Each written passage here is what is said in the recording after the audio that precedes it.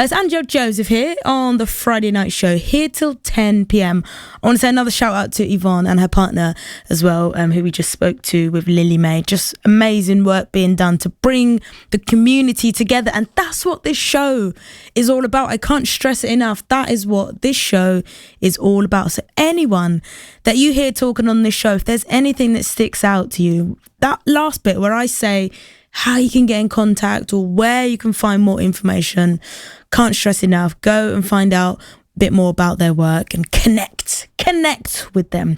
Now, someone who we've had on the show before, proper legend, someone making sure people are informed in the community and upskilled, which I think is you always need that person, is Ed.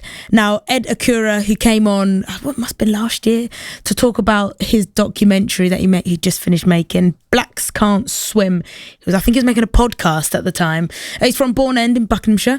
Now, he is busy. I'm telling you, that one there never stops. And he is back with a new documentary called Changing the Narrative. What an amazing title. Ed joins me on the line now to talk a little bit more about it. Hello, Ed. How are you doing? Welcome back to the show. Oh, thank you. Good evening. And thank you for having me. Anytime. You know that. Anytime. This is cool. You're busy again with a new documentary. Tell me a bit about what this is about. Okay, so before I even talk about the documentary, I'll quickly mention some statistics that 97% of Black adults and I think 96% of Asian adults in England do not swim regularly. And I think it's 82% of Black children and 79% of Asian children in England do not swim. So based on these figures, I keep on saying, I'm always saying that in order for us to change this narrative, the only ones that can do it is the youth, the younger generation. They are the ones who are going to be our future leaders, our future policymakers, our future parents. So if they decide to get involved in swimming and they see the benefits of it and they enjoy it and they change their lives, then they're going to change their children, and then therefore we break that cycle. So this documentary is about the youth and their journey. Wow. You know what I said on the show?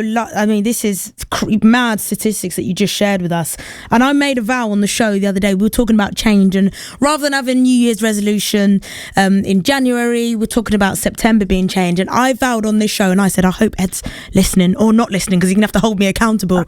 I am going to retake swimming lessons. I can swim, but as you say, we're not swimming regularly enough. So by the time holiday season comes round, or, you know, maybe some people have swimming pools or rich friends that have swimming pools, you can't really do it with strength and with confidence. And I really feel like every time I think about wanting to upskill in that field, I think of you and I think about everything we spoke about.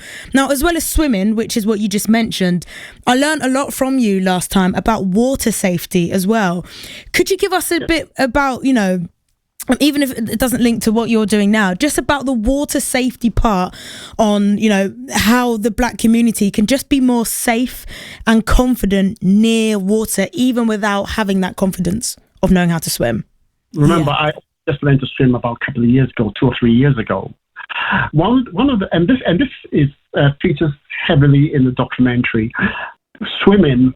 When we say, when you're with a friend or you're with a family or you're with someone and somebody falls into water, what you should not do under any circumstances is jump in and try and save them.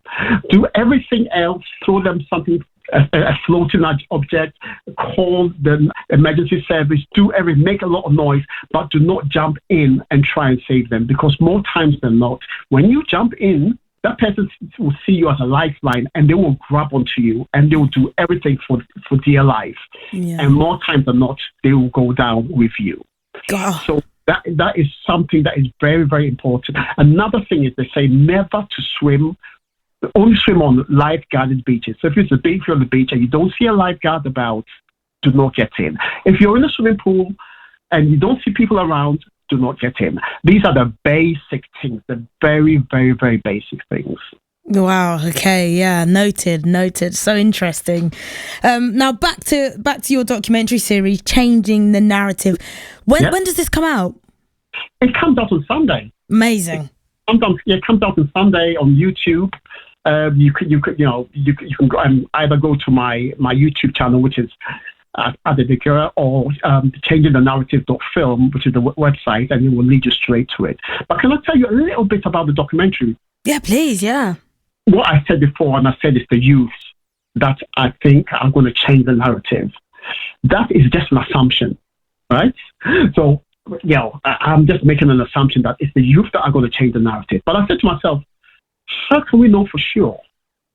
So what we did was, we got some cameras. Well, I'm saying it as basically as it is. We got some cameras, and we got a group of young people in London, and we followed them around for 3 to 4 days on in everything that they did. Their day-to-day, going to work, going to university, going party, everything. We followed them to understand how their lives, how they live their lives. Because if they are going to change the narrative, then we're going to have to understand how they feel about swimming, how they feel about water safety, and understand, how, we can change the narrative. So that's what we did. So the documentary is a fly on the wall documentary. There's no scripts, and it's just speaking to people and following them throughout their daily activities. And the amazing thing is that we started with swimming, but we ended up with a lot of other conversations about mental health, physical health, dietary choices, music, gaming, and a whole heap of other things that link back to swimming. So it's very, very, very interesting. Wow. So in terms of following these young people around, what do you think was one of the biggest takeaways that you learned from the young people? Because sometimes as adults we can only assume and we can have hope, but actually coming from that young person, it's a very, very different situation. What was the biggest thing you'd say you'd learned? What's the biggest? I learned that I'm old. That's the first thing I learned. I learned that, boy, I am ancient. There's a lot of things in the way the youth think, the young people think is very, very different. And more times than not, we just, shall I say, we think, the way we think, we expect them to be, our vision and our ideology of how things should be. But no, it should never be like that. We should listen to them. And that's the problem. I speak to people within the aquatic sector about the youth being the future. And they will say, oh yeah, the young ones, that's what we think. And that's why swimming is part of the curriculum. But I said, no, you've got to understand it. Youth culture has to be part of. If youth culture is part of swimming activities or swimming actually is part of youth culture, that will change everything. There's some amazing people I've met along the way throughout this documentary. To mention a few, Imzi, Bradley, Mei-li. There's so many, but you will see them all in the documentary. It's a 5-part documentary. And like I said, it starts on Sunday and it carries on throughout Black History Month, throughout the month of October. Oh, great. Now, we've got one of the people in the series on the line now, a young person who can tell us a little bit more. Brad, thank you for joining us. How are you today? All right. No, I'm blessed. I'm blessed to be here. I'm blessed to be on BBC 3. Come on. Hey, I'm blessed to be alive. You know what I mean? Like, trust me, everything happens for a reason. I'm very spiritual myself. Mm-hmm. I believe that the universe brings people together for a reason, especially in our community and stuff like that. So yeah, I'm grateful to be here. I'm blessed to be here. Oh, that's literally. So great. And to survive my first swimming lesson. Yeah, come and tell me about it. Oh, I can tell you. You have to make some tea right now because I can give you a lot of tea right now. You know what I mean?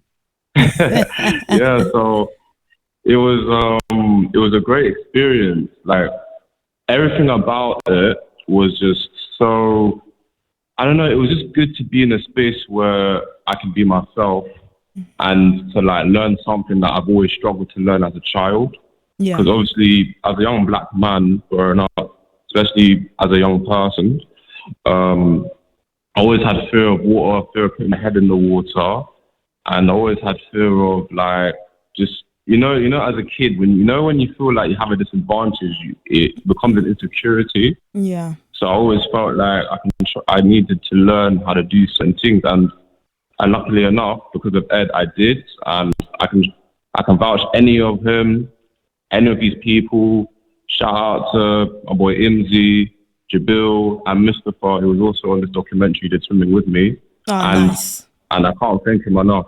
Like, nice. It means a lot to me, Yeah. I want to talk to you as a young person about maybe some of the things that you thought were, I guess, pulling you behind learning how to swim or knowing how to swim. You know, we've spoken to Ed before about some of the stereotypes that he heard when he was younger about being black and bone density and these different things as to why black people can't swim. For you, I mean, are these stereotypes people still believing them nowadays as a 21-year-old? I feel like people did believe in that until what happened to that boy on the Thames 2 years back, I presume, after he died saving that girl from the River Thames. So when that happened, that was when it changed everything for my generation. And I feel like because of him, he made this possible for us to change the narrative, have young people, especially from Tottenham, which where I reside, by the way. Try not to stalk me, but yeah. so that's where it was. It kind of meant a lot to me that I wish I could be more like him, but I can't swim. You know what I mean? So obviously doing this, it meant that I had to develop a skill, and I do, like I said on. I think there was a video of the premiere. I talk about how it's an ancestry thing. So it's important for black people to learn it. Because back in them days, during the slave days, our ancestors had to jump in the water, do certain things. For even in an African stage where tribes swim underwater, even back in the Caribbean, they also do the same thing. So it's part of who we are. Yeah, exactly. Yeah, we're from countries with beaches and rivers where people are swimming and you know having to be surrounded by water. So it's a weird stereotype. Man. Yeah. I want to bring Ed back into the conversation. Ed, it's really inspiring to hear from a young person that you've taken, on this journey. And there are 3 others that are part of this series. Oh no, more than that. There's probably about 20 people. Okay. there's a lot. There's a lot of people. So there were two main characters, and so we they are friends and people around them, and anybody that they come into contact with. We have the conversation, and so basically there's a lot of people, there's a lot of young people, and they're all sharing their stories, and they're all sharing the stories from very different perspectives, and not only about swimming, but life in general. Yeah, that is incredible. Ed, then do you want to shout one more time where people can find that Sunday on YouTube? It's going to be on Sunday. It's on YouTube. You just search for Changing the Narrative documentary, or you just go to the website changingthenarrative.film, and it's going to be everywhere, all on my socials. Yeah, it's going to be everywhere. And like I say, it's because it's a fly in the wall documentary. There's a lot of stuff in there that were not supposed to be in there, but it's because we just we were recording and. And so it's very interesting, very entertaining, and so please join us and watch it. Oh, really looking forward to it. Ed Akura there, joined with even Brad Kent, about Changing the Narrative documentary, which you can find on YouTube. And if you enjoy it, as you know, share it with your friends, anyone that knows how to swim and feels empowered, or maybe you don't know how to swim, maybe you haven't even thought about it. Maybe this documentary will speak to you. Thank you so much for joining us.